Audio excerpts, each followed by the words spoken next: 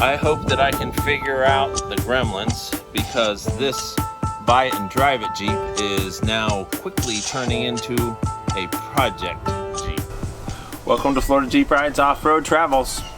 I'm Matt, Randy's running the camera, and I want to talk a little bit about what's right behind me. That is our new to us 1997 Wrangler. Now, I have been looking for a 1997 for quite a few years, and specifically a 97 with the 4.0 straight six motor. I've been looking for one that's rust-free, clean, runs good, and I found it, or so I thought. There was another issue, and that was an issue that is very common with Jeep Wranglers between certain years, and 97 is one of those, to where the intake manifold and the exhaust manifold are so close to the fuel injectors that they actually vaporize the fuel, causing it to get air bubbles, choke up, run bad, and then not ever start. Vapor locking and problems with that particular motor and the heat that gets to the injectors is a common thing.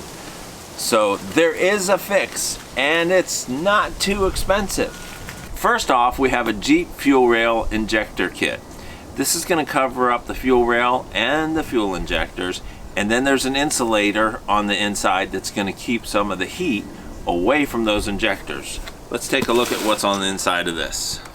So you get some nice detailed instructions on what you need to do. You get wraps with Velcro. It's pretty sturdy insulation, and those are going around the injectors. You got a fuel rail cover that wraps around the fuel rail, and the hook and lash of the Velcro keep it attached. This is the shield that's going to keep the heat away from the entire thing. And they also gave you O-ring replacements, because I'm going to have to pop out the fuel injectors. Plus, they gave you stickers. If I was 10 years old, I'd be super excited. It comes with a nice set of instructions, step by step, that's going to help you out to be able to do this install. I have had injectors off on several occasions on the YJ. It's not as a big an issue as you would think, but let's get into it. In advance of this, what I did do is I got some PB blaster and I sprayed every bolt and nut and everything. I also touched the top of the injectors so that they would be a little bit easier to get out. Number one, open the hood and disconnect the battery.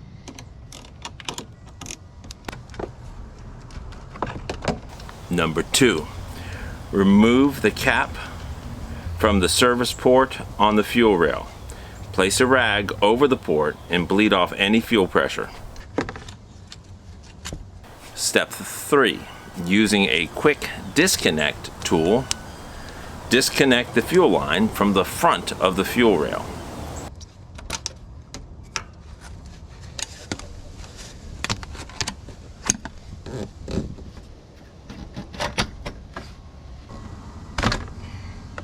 Step 4, remove the 6 clips attaching the fuel rail to the injectors. 5, remove the throttle cable and the bracket.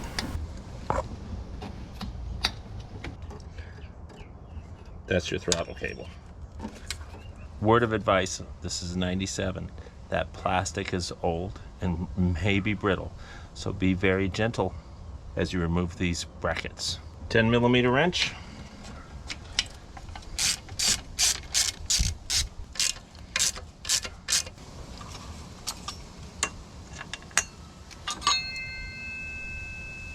Step number 6, remove the remaining bolts holding the fuel rail to the intake manifold.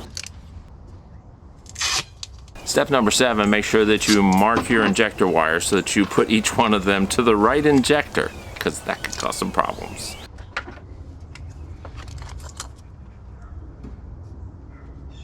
Step number 8, remove the plastic wire harness cover. Little tabs running down the side of the plastic cover, so you have to pry those off. You just pull it towards you a little bit, and eventually you'll have them all disconnected, and then it just pops off. This is your fuel rail. The fuel comes into here, runs down this fuel rail. Each one of these injectors is powered, and those injectors are what squirt fuel into your head. These injectors squirt the fuel in at a precise time so that each one of the pistons is receiving fuel accurately. When the heat from your exhaust and intake get on the fuel rail, it can cause it to vapor lock. So this is what we're going to be protecting. Here's an important one, number 9. Gently rock the fuel rail as you pull it away from the intake manifold. To get the plastic wire channel off, you got to pull it straight up, or use a little pry bar to make sure that it goes straight up, just like that. So you have to hold it, angle it. It's just pressed on, and the teeth right in there. Step number 10, install the installation shield. These are going to go over your head bolts. You may have to enlarge this hole depending on the year, and that's going to go in there just like this on top of your intake manifold, and that's what's stopping the heat from down here from going up here. Step number 11, reinstall the plastic wire harness cover that you took off, and that's going to hold the shield down. With that in place, you can reinstall your plastic shield that you just took off.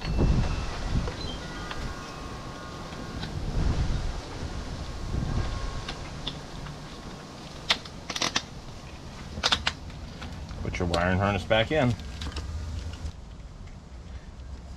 When you're putting this back on, make sure your teeth go up to lock so that they don't stick out the side. This is going to be a fun one.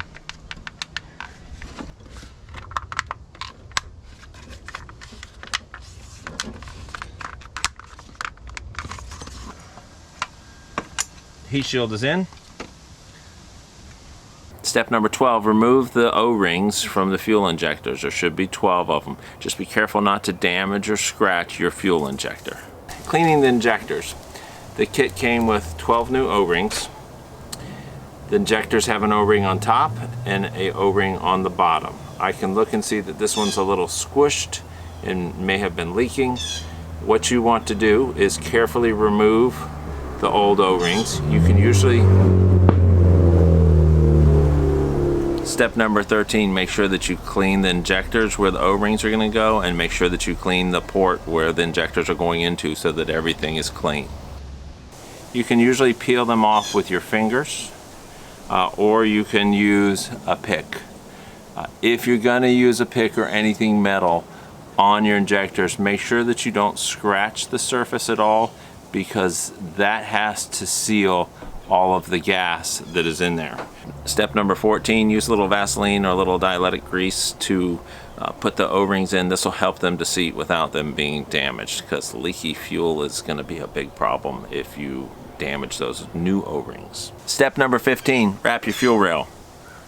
Line up your holes. It's pretty simple. It's going to attach to itself. There's hook on one side and latch on the other. So before you put your injectors back in, which I have lined up down here, you're going to have to get the shield on.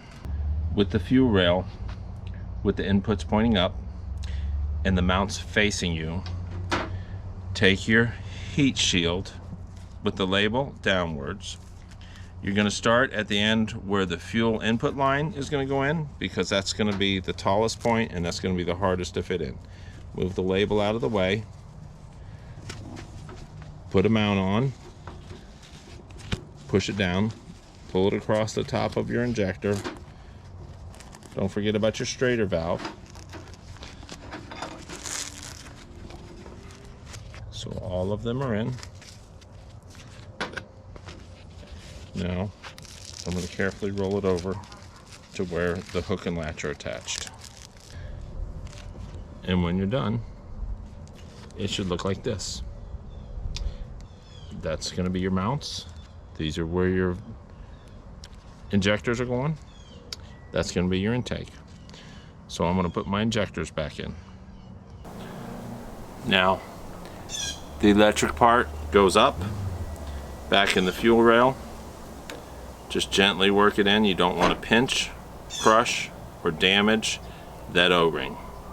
Step 16, install the fuel rail, bolting it back into place. So putting that in, you're going to line up all 6 of those. Make sure your wire and harness is where it should be. And it should just pop in. It should be pretty easy. Just settles right in. Remember, it's going to be bolted. Putting the fuel rail bolts back in. Don't drop your 10mm socket. Here's my little cover for that. Step 17, wrap your fuel injectors with injector covers. They also come with hook and latch. And so we're supposed to wrap them. Next, I'm going to tightly wrap up the fuel injectors. Good luck on putting the injector covers on. Make sure that you have like a little screwdriver, because you're going to have to adjust and squeeze and push those into places. But after you're done, that's the final step before you put everything back together. Step number 18. Put everything back where it was. Install the parts that you just took off in reverse. So all of the injectors now have their sleeves on, and some of them were fun. I do recommend that you take them and work the fabric down like this, down to the base of the injector, and then I took the latch and wrapped it around, and then took the hook and pulled it as tight as I could to attach it to it. That meant each one wrapped clockwise around the injector. I'm sure it doesn't matter how you do it. I have contemplated putting zip ties around them just to secure it. So it's on. The last thing you're going to do is you're going to hook everything back up. We'll go ahead and do that right now, starting with the brackets. 3 bolts to hold the throttle body linkage bracket. This is aluminum. Don't over tighten it.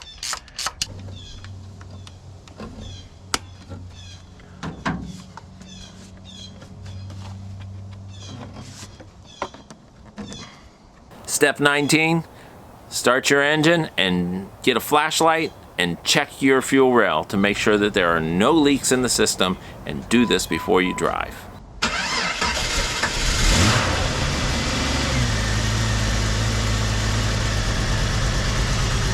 Started.